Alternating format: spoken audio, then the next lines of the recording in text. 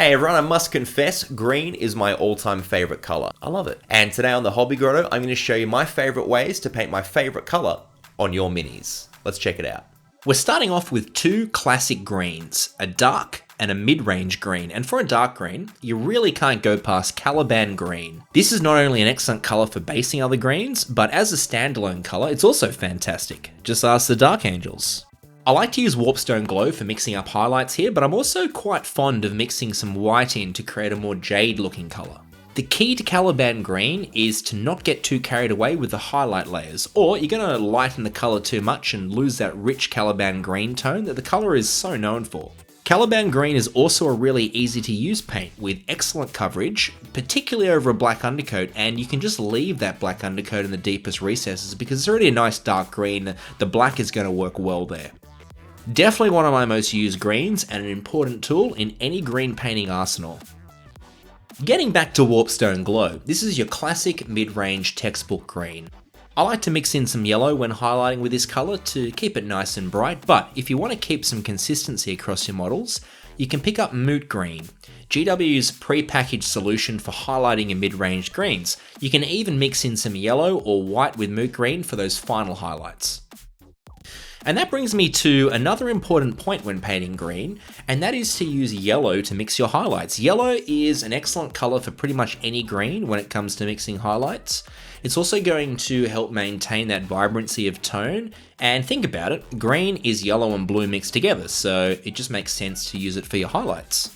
If you want to create some real range with your greens, you can actually start with Caliban Green and mix up through Warpstone Glow, finally finishing with some Moot Green for the highlights. All these colours work really well together, so with these three paints you can get your standard greens as light or dark as you want. Lauren Forest is a fantastic colour, and not surprisingly, given the name, is your classic forest green. The power of this colour is that it's a little bit different, a little bit more subdued from your regular greens like Caliban and Warpstone Glow, and as such, works perfectly for your more naturalistic greens. To keep the tone nice, you can mix in a bone colour for highlighting Lauren Forest. I think that can work quite well for creating a lovely pale green that keeps its natural earthy tones. Lauren Forest is definitely an underrated colour in my opinion, but if you pick this one up, you will be surprised at the amount of uses it has. And for all these greens, I just want to say I am shading them all with Nuln Oil just because that's my style. I like to have more of a kind of a black lining effect, but you can use whatever you want. You can use a brown, you can use a green wash, whatever is going to be working for you is all good.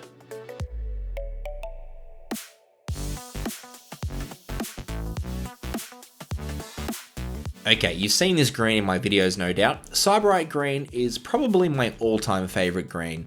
It straddles a line between a green and a teal, and I'm all about that.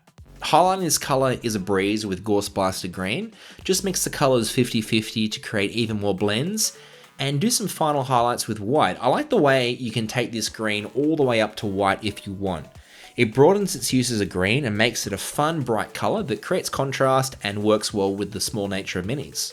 This is particularly good as a bold, striking feature colour for an army scheme because it's one of those colours that has some real pop to it, and it's something that I use this green for a lot. I like the way Cyberite green has an ethereal, otherworldly quality to it, and it can find really cool uses in both fantasy and sci-fi themed minis.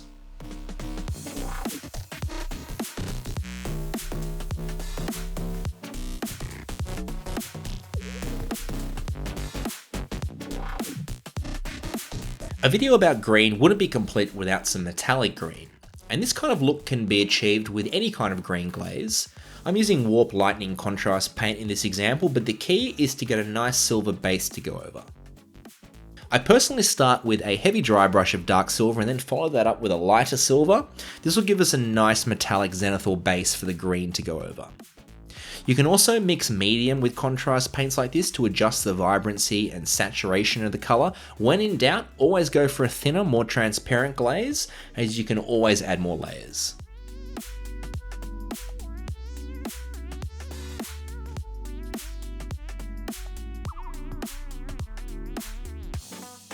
So there you have it, 5 of my favourite ways to paint the colour green. Thanks for watching. Why don't you check out some of these other videos, and we'll see you next time on the Hobby Grotto.